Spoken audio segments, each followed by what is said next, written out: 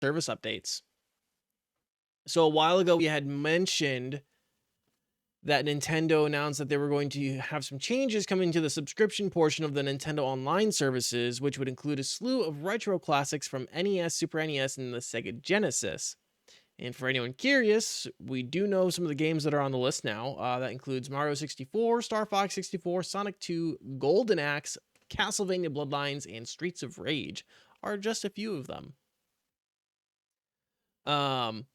Currently, the subscription service stands at $19.99 a year, with a family pack being $34.99 a year. The new premium tier, which is optional, by the way, it comes in at a cost of $49.99 a year, with a family membership of $79.99 a year, and launches on October 25th. Which that's really just about it. Those are the prices, and there's I think somewhere in the neighborhood of 20 or 30 games that are coming with it. But I do want to kind of get some thoughts on this, and I would really love to hear from the audience on what they think. Kind of doing like a rough breakdown of the price. It's about $4 a month, and I'd really love to know if people are feeling good about that price. I mean, $4 a month for access to 30 retro games. I'd love to know. Let us know in the chat. Let us know in the YouTube comments. And let's kind of go around the horn here. Green, what do you think?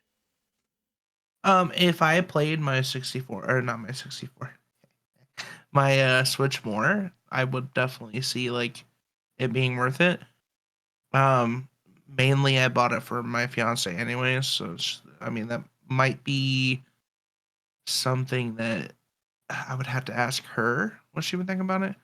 I don't foresee myself like going back to like any old 64 games, unless I had more people who were on a Switch in my friends group. I mainly play PC. It would be fantastic to be able to get like a group together to play like Mario Kart 64, like, and not be on a split screen, four man split screen on the TV kind of thing. I think it'd be really cool to have like an online Mario Kart 64, and stuff like that. So I mean, I don't think the price is horrible. I don't think it would be for me.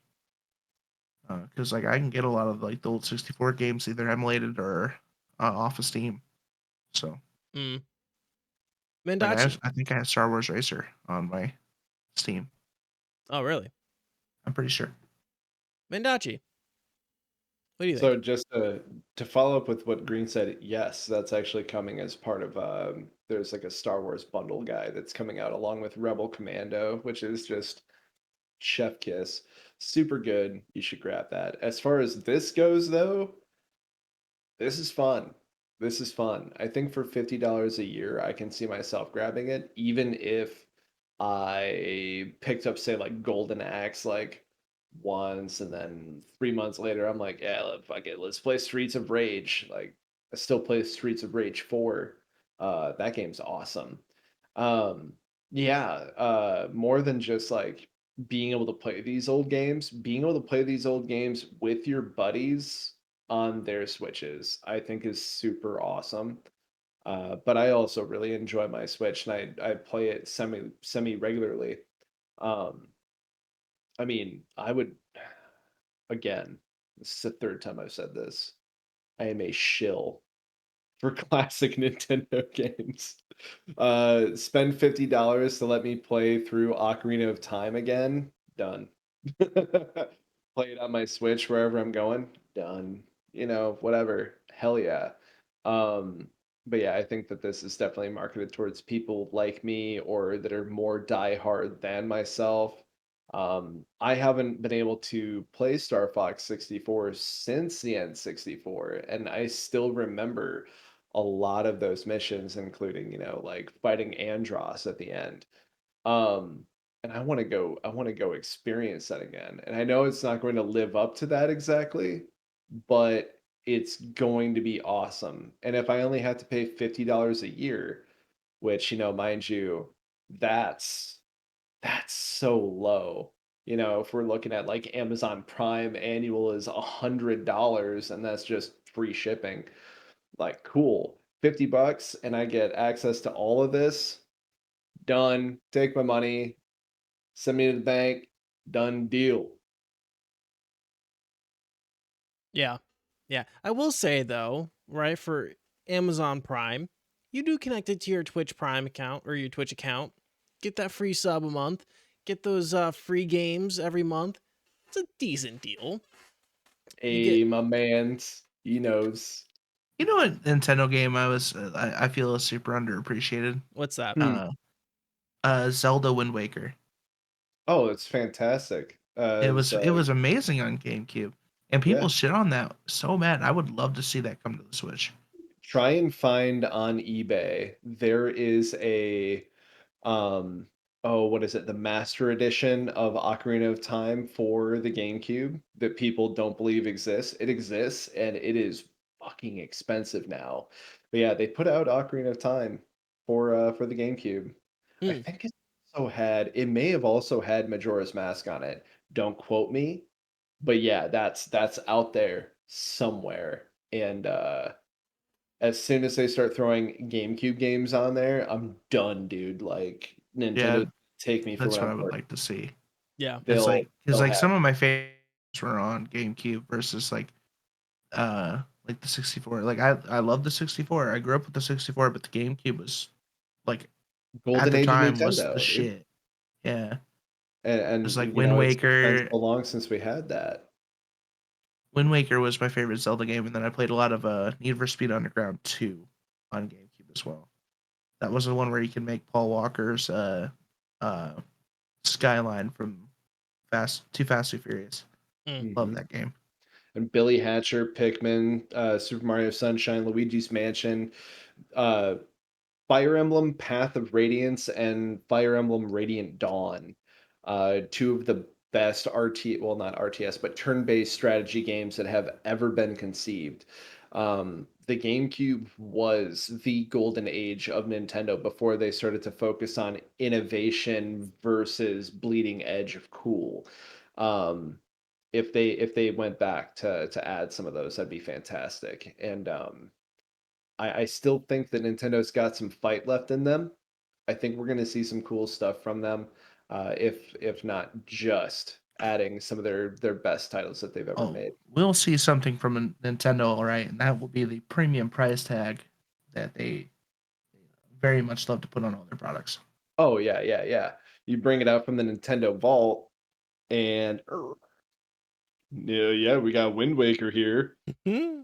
For $50. We got the classic Pokemon Yellow, $69.99. um. Right.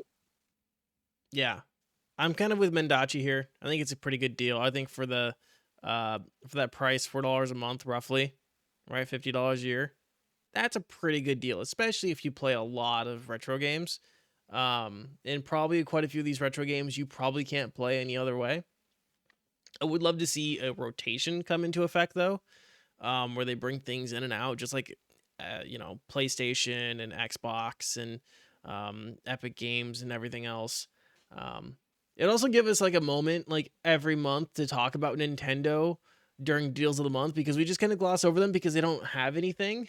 It's like, yeah, there's probably a sale on the eShop for something, like a publisher sale or something, but like there's never like a free game or anything like that to pick up on Usually, Switch. yeah, usually their sales are like indie games, and they're like a certain percentage off. I've never seen a free other than like free games like Tetris 99 or something like that. Yeah, Yeah. they're also just not usually very great or like well reviewed, well regarded, well made games. They're typically like a cookie cutter kind of game. Something that Nintendo does do is obviously like you earn the Nintendo eShop points as you make your purchases. So like you could very well just like it's just a cashback rewards program, same as like say Casey's that are all over the Midwest. Mm. Um, but obviously you don't get as many Nintendo eShop points as you do from like Casey's. Casey's Yeah, wants because to I buy have a free pizza. pizza waiting for me. Yeah. So Casey's wants to feed you pizza. Nintendo wants to sell you games. There's a difference. Casey's wants to shove that sausage pizza right down your fucking throat. oh, it's so good too. But like, honestly, my biggest regret, like game regret, was from Nintendo, and it was Pokemon Let's Go Pikachu. The game was fucking terrible. Everyone's like, "Oh, it's a remake of the originals." No, it's not. It fucking sucks.